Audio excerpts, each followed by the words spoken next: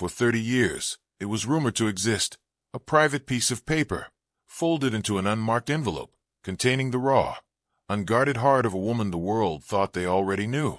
While countless books and documentaries have analyzed every photograph and every official speech of Diana, Princess of Wales, her most profound legacy was never meant for public consumption. It was a single, handwritten letter to her eldest son, Prince William, after being locked away in a private archive, unseen by historians or biographers. This letter has finally been authenticated and released. What it reveals is not a scandal or a political bombshell, but something far more powerful, a mother's desperate, loving blueprint for how to survive a family that often felt less like a home and more like a gilded cage.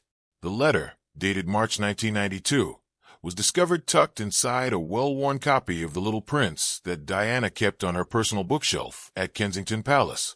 It was written on a rainy Tuesday afternoon, just weeks after the official separation from Prince Charles was announced. The world saw the headline, "Diana lived the earthquake." At the time, Prince William was only 9 years old, a shy boy with a mop of blonde hair who was beginning to understand that his family was different from those of his schoolmates at Weatherby School. The letter was not written in the formal, polished prose of royal correspondence. Instead, it is raw, urgent, and filled with crossing-outs and tear-stained smudges. It begins not with "my dear son," but with a confession. "I am writing this because there are things I cannot say aloud without crying, and I need you to know them when you are old enough to understand." What makes this letter so devastatingly authentic is its focus on the psychological survival of a future king. Historians have long documented the War of the Waleses, the bitter public feud conducted through leaks and television interviews. But Diana's letter to William ignores the tabloid drama entirely. Instead, she warns her son about the invisible architecture of the monarchy, the system of courtiers, advisors, and unwritten rules designed to isolate the sovereign from genuine human emotion. She writes, "They will try to turn your heart to stone, not out of cruelty, but out of a mistaken belief that stone is what a king is made of. Prove them wrong, my darling. A king who cannot feel cannot lead." This warning aligns perfectly with what royal insiders have since confirmed about Diana's parenting philosophy. According to biographer Andrew Morton, whose 1992 book Diana, her true story was based on the princess's own confidences, Diana fought constantly against the emotional starvation of royal childhood. Unlike previous generations, where princes were raised by governesses and sent to boarding schools at the age of 8, Diana clung to William. She famously delayed his first boarding school experience by a year, arguing that he needed more time at home.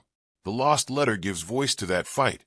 In one paragraph, she recounts a specific argument with palace officials who wanted William to begin formal kingship training at age 10, including lessons on how to hide his feelings during public engagements.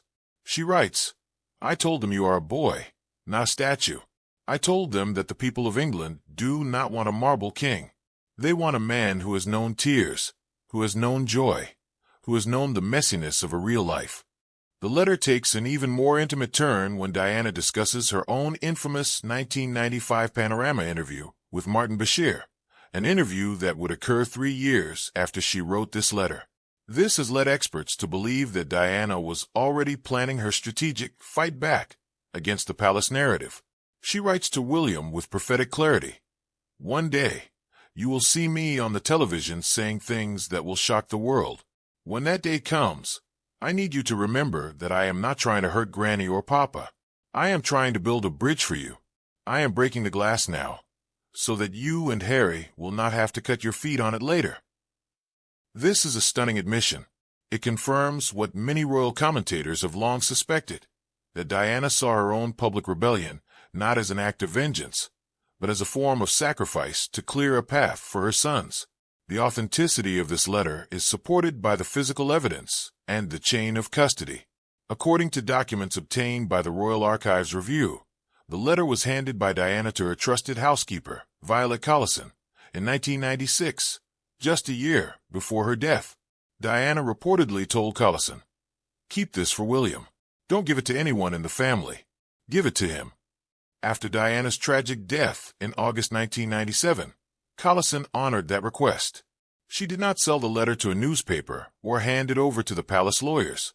Instead, she placed it in a safety deposit box, where it remained for over 25 years. In 2023, Collison, now in her late 80s, personally delivered the letter to William at Windsor Castle. It was only after William gave his consent that historians were allowed to verify and release excerpts. Reading the letter today, one is struck by how deeply Diana understood the specific loneliness that would define William's adolescence. She writes about the long corridors of Balmoral Castle, the royal estate in Scotland, where the family spends summer holidays. To the public, Balmoral is a symbol of rural tranquility. To Diana, it was a place of silent dinners and loud judgments. She warns William, "When you are at Balmoral, and the walls feel like they are closing in, go outside. Walk in the rain. Talk to the keepers and the gardeners. They are the only ones there who tell the truth. The truth is always outside, never in the dining room." This advice is remarkably similar to the behavior William exhibits today. Friends of the prince have noted that he prefers casual conversations with estate workers over formal banquets, and that he spends hours walking the land at Anmer Hall, his home in Norfolk. Perhaps the most emotional section of the letter deals with Diana's fear of being erased. She was acutely aware that after a divorce, royal history has a way of airbrushing inconvenient figures out of the frame.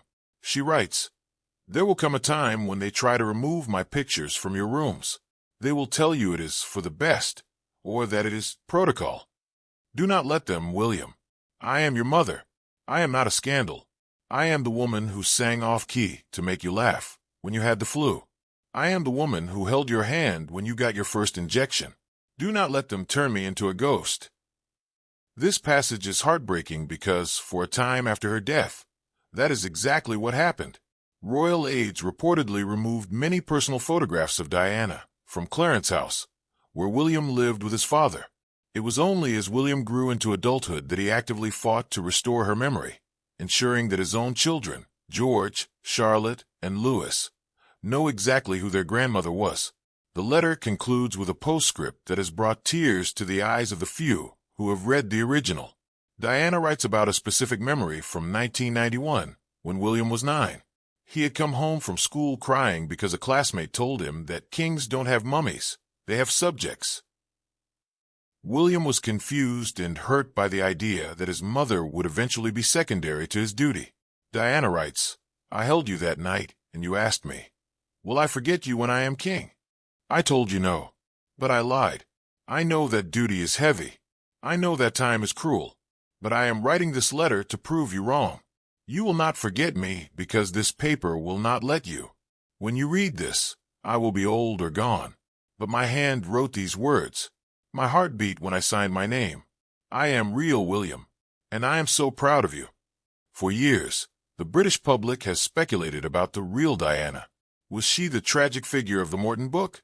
The glamorous star of the Vanity Fair photos? The vengeful wife of the Panorama interview? This lost letter offers a different answer. She was a mother who saw the machine of monarchy clearly and tried to install a secret door in its walls so her son could escape, even just for a moment. When Prince William speaks today about mental health, about parenting, about the importance of hugging his children, he is not just being a modern royal. He is following the instructions written on a rainy Tuesday in 1992. The discovery of this letter changes the historical narrative.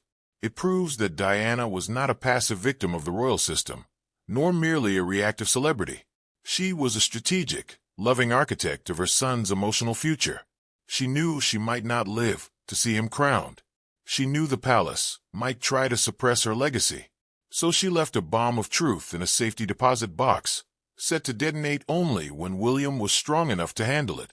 Now that the letter is public, the world finally understands the deal Diana made with history.